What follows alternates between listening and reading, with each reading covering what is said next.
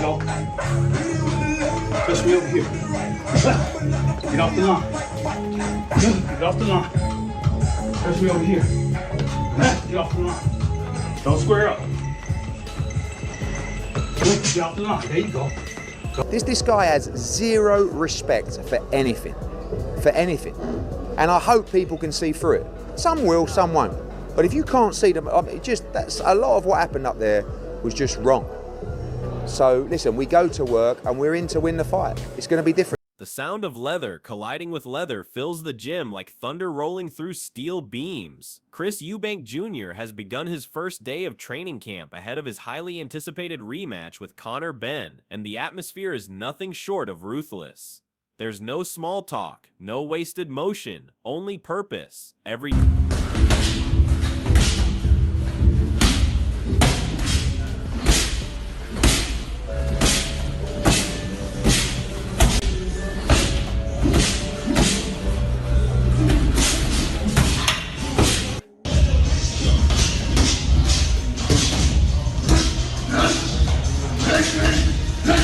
jab, every counter, every breath carries the weight of redemption. This isn't routine, it's a mission to rewrite history. Inside the gym, Eubank's presence dominates. He moves with precision, his footwork sharp and controlled, his focus unshakable. When he unloads on the heavy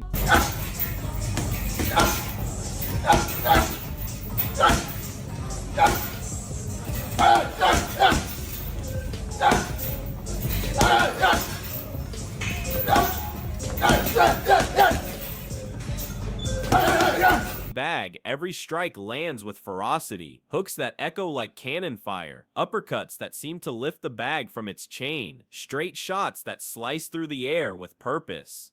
Each punch feels personal, as if the bag itself represents Conor Benn. The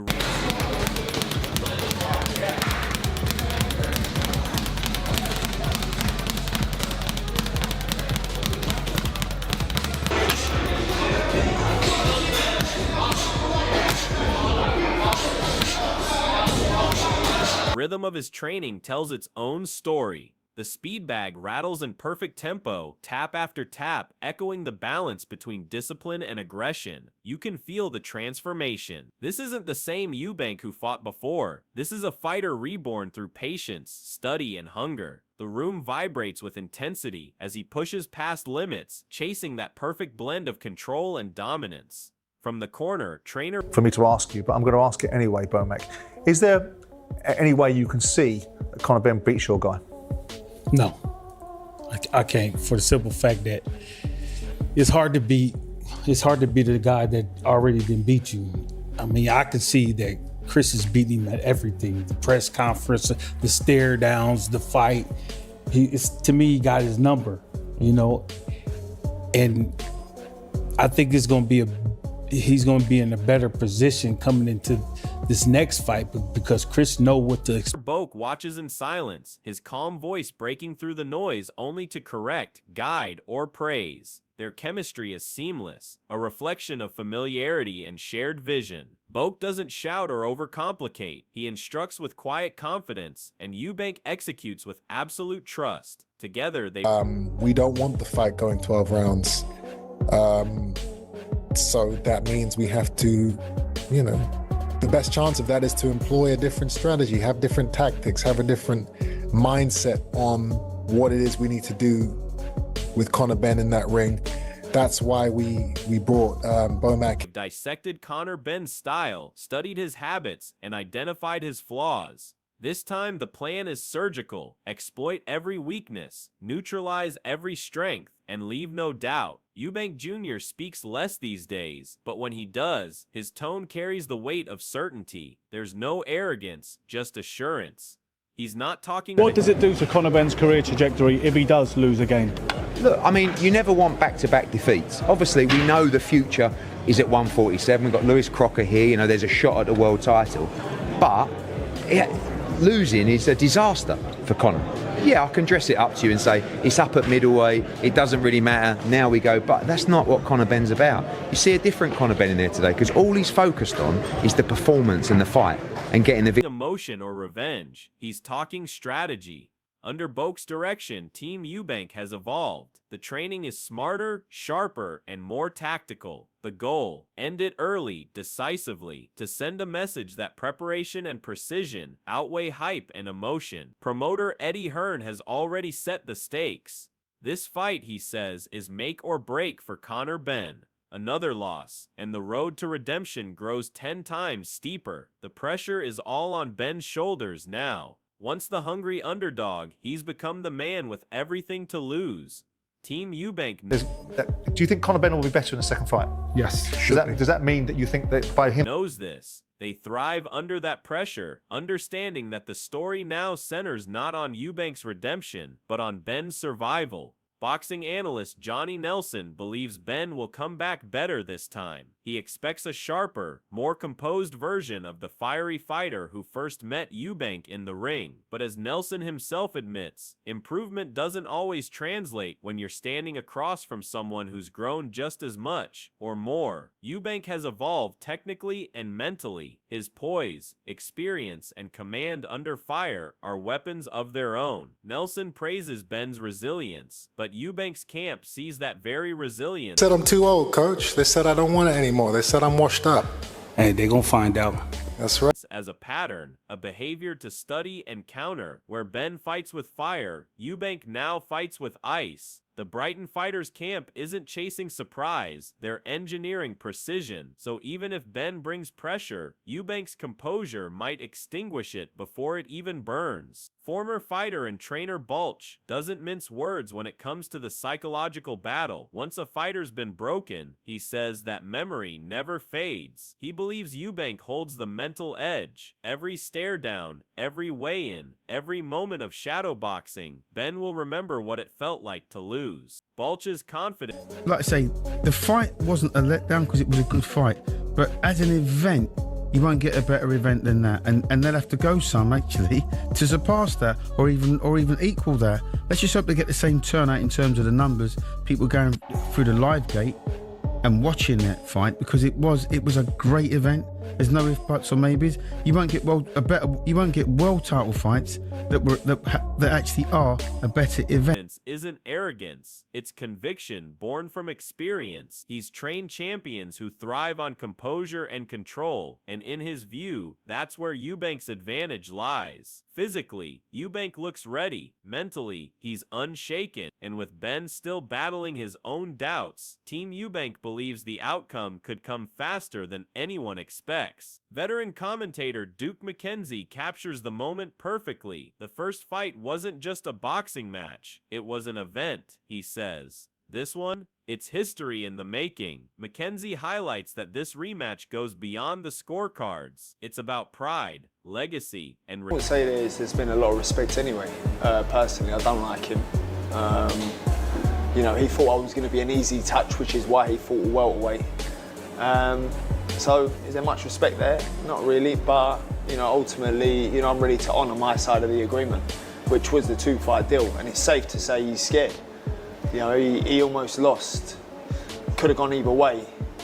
Redemption. The stage will once again be electric. 2 family names, 2 generations, colliding for respect under the brightest lights. For fans, it's more than punches. It's story versus story, lineage versus lineage. It's the kind of rivalry boxing was built on. Meanwhile, Conor Benn's recent words drip with venom. The hostility is unmistakable. His interviews sound less like confidence and more like defiance. He mocks Eubank's composure, questions his respect, and paints him as fearful. But behind the bravado lies something deeper. Pressure. When fighters speak this emotionally, it often masks anxiety. Benn knows what's at stake. He's walking into a fight against a man who's already beaten him. Physically and between the promoters. I know you spoke about that before and doesn't do a great deal for you, so you say it was a mismatch on paper.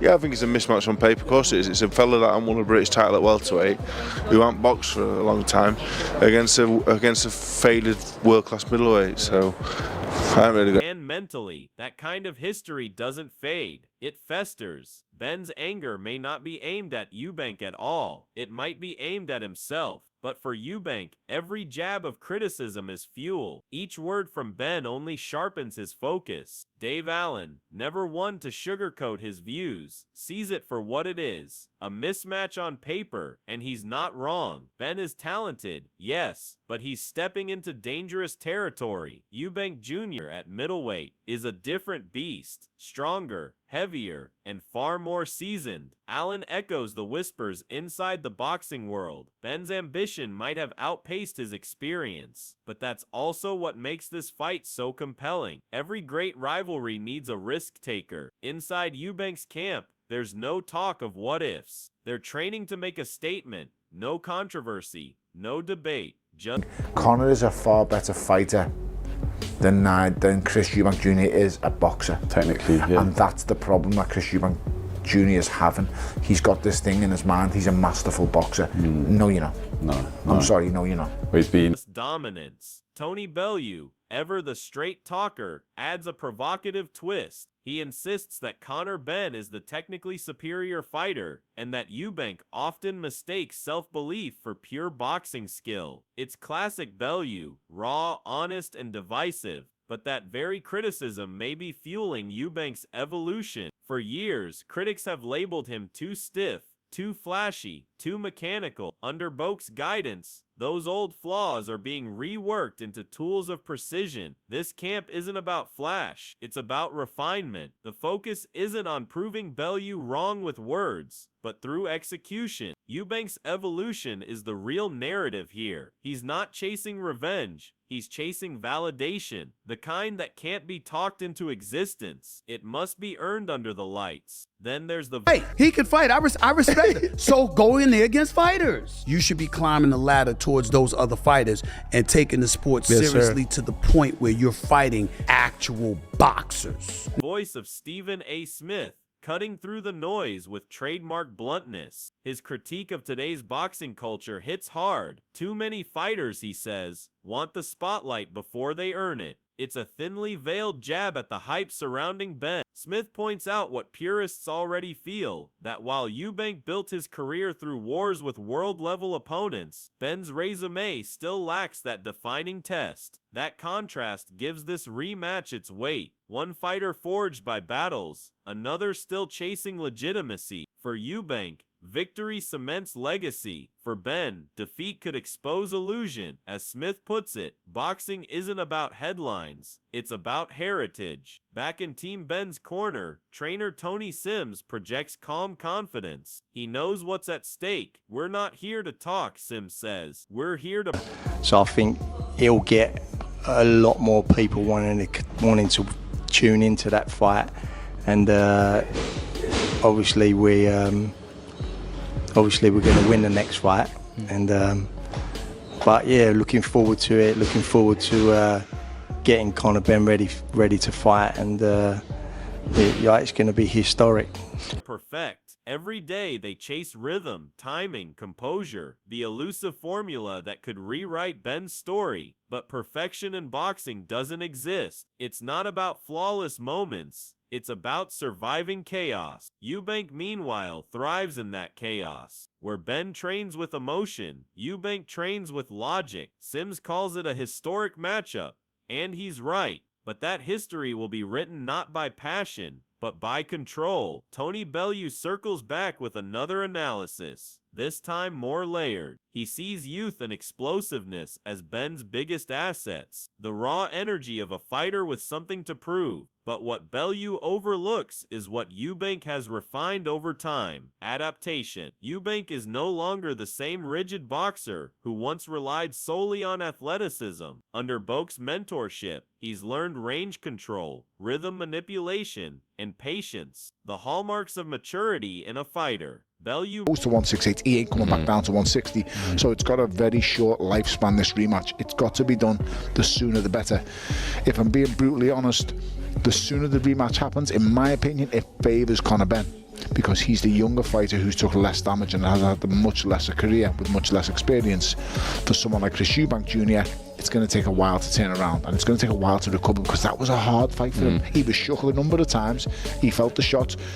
He'd also done the same. You may call time Eubank's enemy, but time has also become his ally. Experience sharpens instincts, and instinct wins fights. Eubank has logged every moment from their first fight, every feint, every counter, every expression. He's not coming to react this time. He's coming to dictate. Bellew's point stands. Youth is fleeting, but intelligence endures. And in boxing, the smarter man often wins the shorter war. This rematch isn't just another date on the calendar. It's a collision of two eras and two legacies. Chris Eubank Jr. stands on the brink of redemption, poised to silence every critic and prove mastery through discipline, not drama. Across from him, Conor Benn fights for his name, his pride, and his bloodline, the legacy of a father whose shadow looms large. Every jab, every stare, every second in that ring will decide not just a victor, but a legacy. Eubank's cold precision meets Benn's fiery aggression. Strategy meets emotion. One fights for validation, the other for vindication. And when that final bell rings, there will be no excuses, no debates. Only truth. So as the countdown begins, and the world prepares for the second chapter of British boxing's most electrifying rivalry, one question remains. When history repeats itself under the brightest lights, who will emerge as the author of destiny? Is it the calculated coldness of Chris Eubank Jr. or the raw fire of Conor Benn? The debate has begun, and soon, the truth will unfold inside the ropes.